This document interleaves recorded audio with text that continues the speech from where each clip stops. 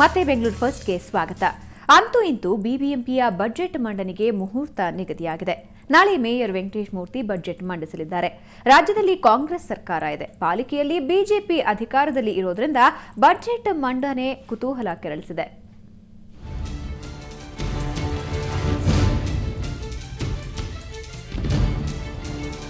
ಎರಡು 2013-14ನೇ ಸಾಲಿನ BBMP budget ಮಂಡನೆಗೆ ಕ್ಷಣಗಣನೆ ಶುರುವಾಗಿದೆ. ಇದುವರೆಗೂ ಸ್ಥಾಯಿ ಸಮಿತಿ ಅಧ್ಯಕ್ಷರು ಬಜೆಟ್ ಮಂಡಿಸ್ತಾ ಇದ್ರು.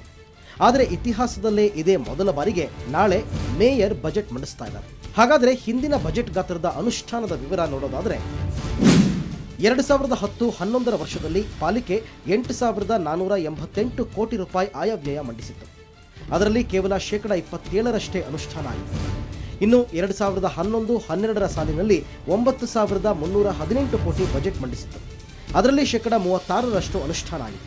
ಅದೇ ರೀತಿ 2012-13ನೇ ಸಾಲಿನ ಬಜೆಟ್ನಲ್ಲಿ 9,949 ಕೋಟಿ ಬಜೆಟ್ ಮಂಡನೆ ಮಾಡಿದ್ದು, ಅದರಲ್ಲಿ 32% ಮಾತ್ರ ಅನುಷ್ಠಾನ ಆಗಿದೆ.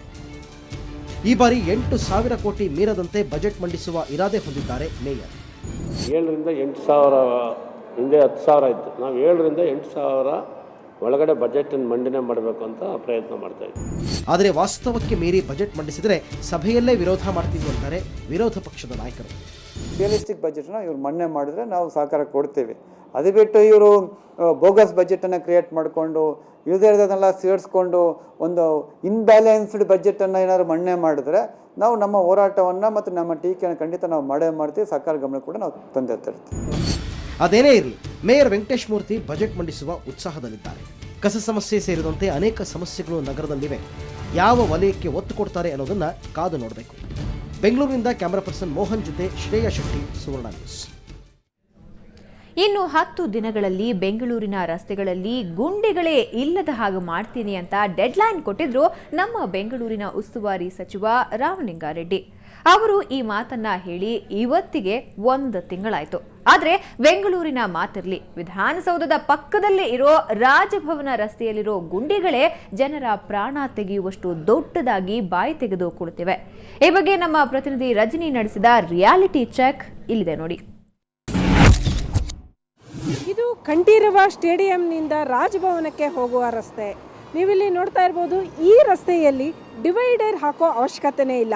ಯಾಕೆ ಅಂದರೆ ರಸ್ತೆಯ ಮಧ್ಯದಲ್ಲೇ ಈ ರೀತಿ ಗುಂಡಿ ಇರೋದ್ರಿಂದ ಎಲ್ಲ ವೆಹಿಕಲ್ಗಳು ನೀವಿಲ್ಲಿ ನೋಡ್ಬೋದು, ಎಲ್ಲ ವೆಹಿಕಲ್ಗಳು ರಸ್ತೆಯಲ್ಲಿ 2 ಭಾಗವಾಗಿ ಹೋಗ್ತವೆ. ಬರುವ ಎಲ್ಲ ವೆಹಿಕಲ್ಗಳು 2 ಭಾಗವಾಗಿ ಹೋಗಬೇಕಾಗತ್ತೆ.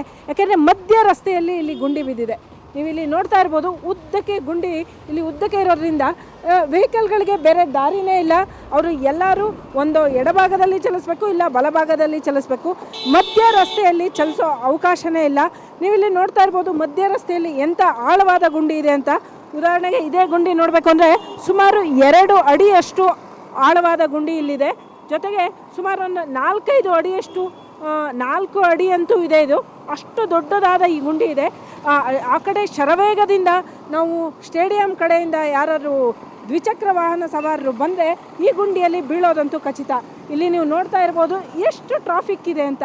ಇದು ಅತ್ಯಂತ ವೇಗವಾಗಿ ಬರ್ತಾ ಇರ್ತಾರೆ ಇಲ್ಲಿ. ಆದರೆ ಈ ರಸ್ತೆ ಎಷ್ಟು ಹಾಳಾಗಿದೆ ಅಂದರೆ ಇಲ್ಲಿ ಯಾವುದೇ ಅಪಘಾತಗಳು ಯಾವುದೇ ಸಂದರ್ಭದಲ್ಲಿ ಸಹಿತ ನಡಿಬೋದು. ಜೊತೆಗೆ ಇಲ್ಲಿ ಇನ್ನೊಂದೊಂದೇ ಮೆಟ್ರೋ ಕೆಲಸ ನಡೀತಾ ಇದೆ. ಈ ಕಡೆ ಪಕ್ಕದಲ್ಲಿ ನೀವು ನೋಡ್ತಾ ಇರ್ಬೋದು, ಮೆಟ್ರೋ ಕೆಲಸ ಇಲ್ಲಿ ಮಾಡ್ತಾ ಇದ್ದಾರೆ. ಆ ಕೆಲಸದಿಂದಾಗಿ ಅಲ್ಲಿಯ ಮಣ್ಣು ಸಹಿತ ಇಲ್ಲಿಗೆ ಬರುತ್ತೆ. ಮಳೆ ಬಂತು ಅಂದರೆ ಇಲ್ಲಿ ಅಕ್ಷರಶಃ ಒಂದು ಕೆರೆ ಥರ ನಿರ್ಮಾಣ ಆಗತ್ತೆ. ಕೆಸರು ಬಂದು ಈ ಗುಂಡಿಯಲ್ಲಿ ತುಂಬಿಕೊಳ್ಳುತ್ತೆ ಮತ್ತು ದ್ವಿಚಕ್ರ ವಾಹನ ಸವಾರಿಗೂ ಹಾಗೂ ಕಾರ್ಗಳಿಗೂ ದೊಡ್ಡ ದೊಡ್ಡ ವೆಹಿಕಲ್ಗಳಿಗೂ ಈ ರಸ್ತೆ ಪ್ರಾಬ್ಲಮ್ ಉಂಟು ಮಾಡ್ತಾ ಇದೆ. ನಿಜವಾಗ್ಲೂ ವಿಧಾನಸೌಧಕ್ಕೆ ಅತಿ ಹತ್ತಿರ ಇರೋ ಈ ರಸ್ತೆಯ ದುಸ್ಥಿತಿಯೇ ಹೀಗಿದೆ ಅಂದರೆ ಬೆಂಗಳೂರಿನ ಬೇರೆ ರಸ್ತೆಗಳ ಕತೆ ಇನ್ನೇನಾಗಿರಬಾರ್ದು. ಸಚಿವರೇ, ಈಗಲಾದರೂ ಎಚ್ಚೆತ್ತುಕೊಳ್ಳಿ. ದಯವಿಟ್ಟು ಬೆಂಗಳೂರಿನ ಎಲ್ಲ ರಸ್ತೆಯ ಗುಂಡಿಗಳನ್ನು ಮುಚ್ಚಿ ಜನರ ಪ್ರಾಣ ಉಳಿಸಿ. ಬೆಂಗಳೂರಿಂದ ಕ್ಯಾಮ್ರಾಮನ್ ಮಂಜು ಜೊತೆ ರಜನಿ MG, ಸುವರ್ಣ ನ್ಯೂಸ್. ನಾಳೆ ಕನ್ನಡ ಸಿನಿ ಪ್ರಿಯರಿಗೆ ಡಬಲ್ ಧಮಾಕ. ಯಾಕೆ ಅಂತೀರಾ? ಲೂಸ್ಗಳು ನಾಳೆ ಪ್ರೇಕ್ಷಕರ ಮುಂದೆ ಬರ್ತಾ ಇದ್ದಾರೆ.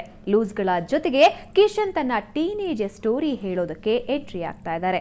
ಹಾಗಾದ್ರೆ ಈ 2 ಚಿತ್ರಗಳ ಸ್ಪೆಷಾಲಿಟಿ ಏನು ಅನ್ನೋದನ್ನ ನೋಡ್ತಾ ಇವತ್ತಿನ ಬೆಂಗಳೂರು ಫಸ್ಟ್ ಮುಗಿಸೋಣ. ನೇರ, ದಿಟ್ಟ, ನಿರಂತರ ಸುದ್ದಿಗಾಗಿ ನೋಡ್ತಾ ಇರಿ ಸುವರ್ಣ ನ್ಯೂಸ್.